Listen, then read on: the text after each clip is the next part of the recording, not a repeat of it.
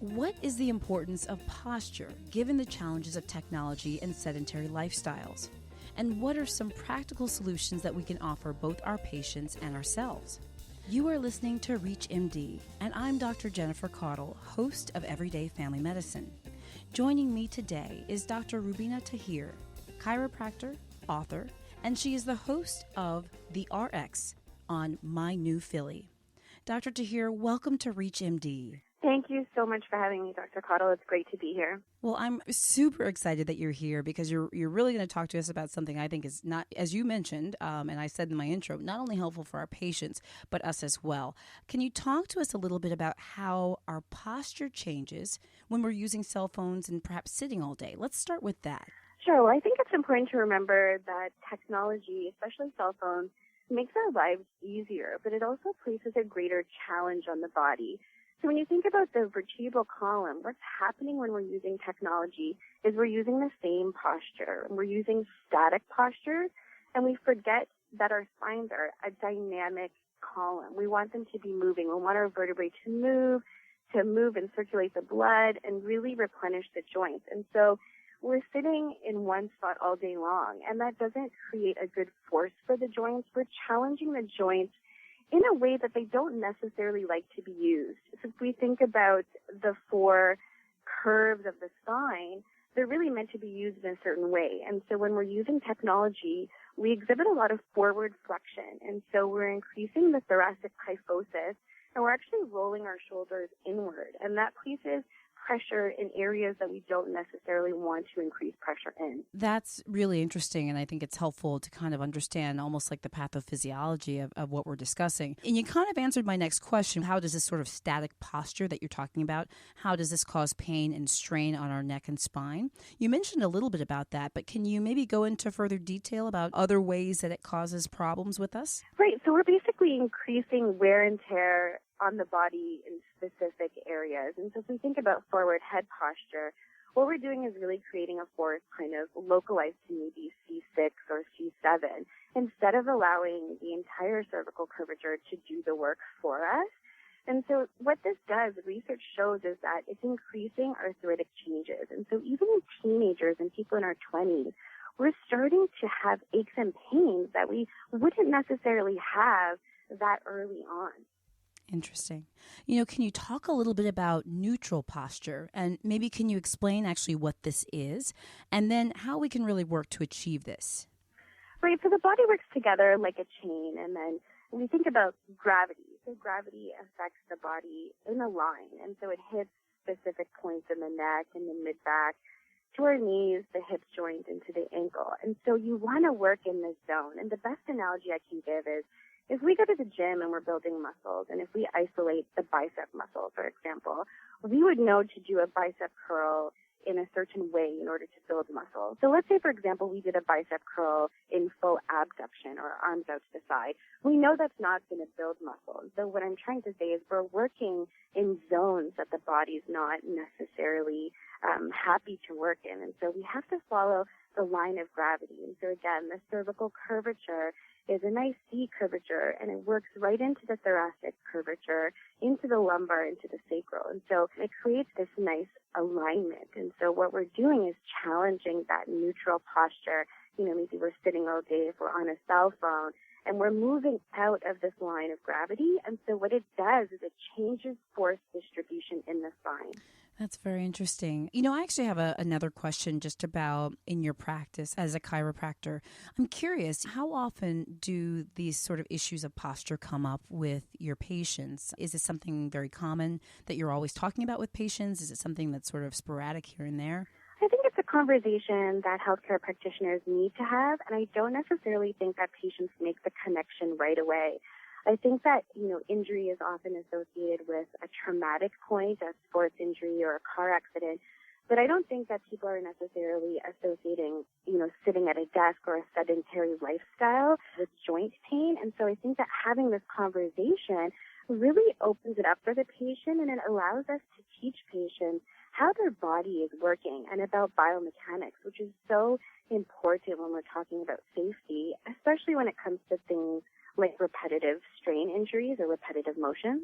Right. No, that makes a lot of sense. I actually want to ask a little bit more about sort of this sort of concept of cell phone use and sitting all day, these static positions and postures that you mentioned. Do you have recommendations in general about these types of activities, given what you're telling us about posture and how important it is and how the body moves versus how these activities make our posture change? Yeah, and I think it comes into prevention, moderation, and really understanding what position you're in. And I think you need to look at an activity or a task and understand how long are you doing it for? What is your body doing while you're completing this task? Okay. So almost like being mindful about how your body is changing depending on what you're doing and obviously moderation, as you mentioned. Yeah, exactly. And I think that oftentimes we begin a task or we're on the job and we don't really realize how long we've been doing something for. And so that's why it's really good, to take breaks and to really understand the equipment. And what you want to do is make your devices work for you. So you don't have to slouch over and use your cell phone or be at your desk all day. You can make necessary changes to protect your body. Interesting.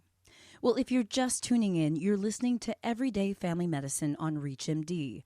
I'm your host, Dr. Jennifer Caudle, and I'm speaking with Dr. Rubina Tahir, chiropractor, author, and host of The RX on My New Philly. So we've been talking about posture and how it changes with different activities. Can you talk to us a little bit about, we're going to loop back a little bit for those who are just tuning in, sum up for us, why is it important to understand what our body looks like when we're completing certain tasks and ergonomics, really?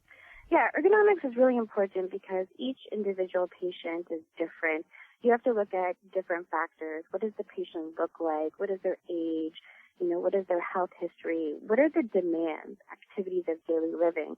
And so if you are made aware of what your body looks like, you're better able to modify the way that you use it. And that's really safe and it really protects the body. Okay. And is this something that many of our healthcare providers who are listening out there, as a chiropractor, this is definitely your domain, absolutely, and this is what you're an expert at. For those of us who maybe, as I'm a family practitioner or other specialists, do you have any particular recommendations for us as we approach this concept with our patients? Where do we start with this? I think the best way to start is to look at the patient and to just observe. And I do this A to P and in the lateral aspect and, identify, what the patient's stance is, what is their go-to posture. And you'll get it as soon as they stand. I think we go into our comfort zone and we adapt our posture very quickly. And I think that's a good starting point to see what's the patient doing. And things like a pelvic tilt or rounded shoulders or forward head carriage, those will stand out quite quickly. And so from there, you can assess the spine further. But making your patients aware of something like that, is very important for their prevention. And also, to give them a place to start when they are taking ownership of their own health. Maybe it will inspire them to stretch more, to exercise more, so that they can lead a healthy lifestyle. That makes a lot of sense. Can you talk to us about your work and how you as a chiropractor can help not only with our patients, but perhaps as primary care physicians as well? Yeah, and I think working with other healthcare care providers is very important for the patient. The patient is important to us and our practice and whatever we can do for them. So co-managing is really great. I find that if I can work, with an osteopath, with a family care practitioner, or even an orthopedic doctor, you're really just taking the care for the patient to the next level. And so when they have more options, it really takes the treatment plan to the next level. Right, absolutely. I want to ask you a question about some practical tips. If you had to give us the 5 best tips that you have to help reset our posture throughout the day, what would you say and what would you recommend? Well, first off, I would say definitely get evaluated. So like you said before, chiropractors, this is our bread and butter. This is what we do. Visit a chiropractor, even if it's just once or twice every year. I definitely recommend that. But generally my go-to is stretching. And I think that people think that they stretch, but we don't really stretch a lot. And research shows that flexibility training should be done 2 days per week in 30-minute sessions. And so stretching on the job, maybe when you first get up, before you go to bed, but making it a part of your routine is an excellent way to keep your joints moving. Okay, good. And what else would you say? So definitely stretching and keeping your joints moving and making sure that we're getting assessed. Are there any other tips that you would suggest for resetting posture? Yes, exactly. I suggest scapular retraction. So it's really important to understand the position of the scapula. And so if we're able to teach patients and even ourselves to do scapular retractions throughout the day, it's really easy. You just want to bring the scapula back and down, and you want to be able to hold for about 10 seconds. And if you complete this exercise 20 times in a row, you're reminding the body. It's like muscle memory. You're waking the muscles up, and you're reminding the body to pull backwards, because technology and cell phones are like a magnet, and they want to pull us forward. So strengthening the mid-back is important.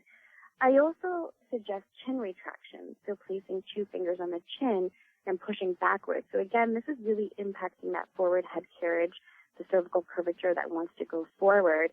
Again, muscle memory and joint activation. You want to pull the neck backwards, and this activity helps us remember that. In addition, I suggest taking breaks. I think that, the activities of daily living, life is very hectic and there's a lot of demand. And sometimes you just need to stop doing one activity and maybe not even do anything at all for a little while, or switch up an activity so that you're activating different muscles.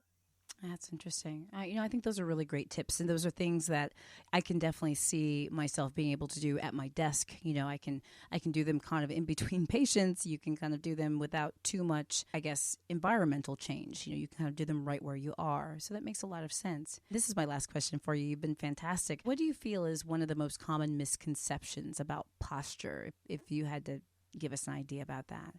I don't think that people identify posture as being the root of a problem. I think it can often be overlooked. We might go straight to a muscle, or we might think about something else, but I think that prevention is so key for so many different illnesses that impact our patients. And so it could be even as simple as starting with the spine and looking there first, and then kind of going through a differential diagnosis. And I say to my patients, and I even say to my colleagues, our spine goes everywhere with us, and so we really need to take care of it. No, you're absolutely right about that.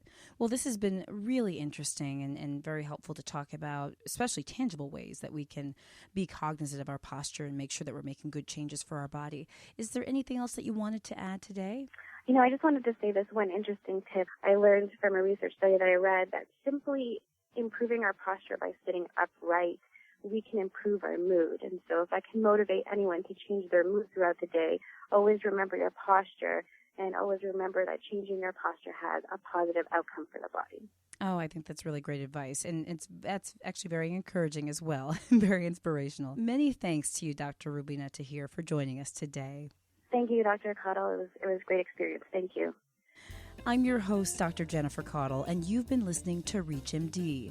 To download this podcast and others in the series, please visit us at reachmd.com/everydayfamilymedicine. Thank you for listening.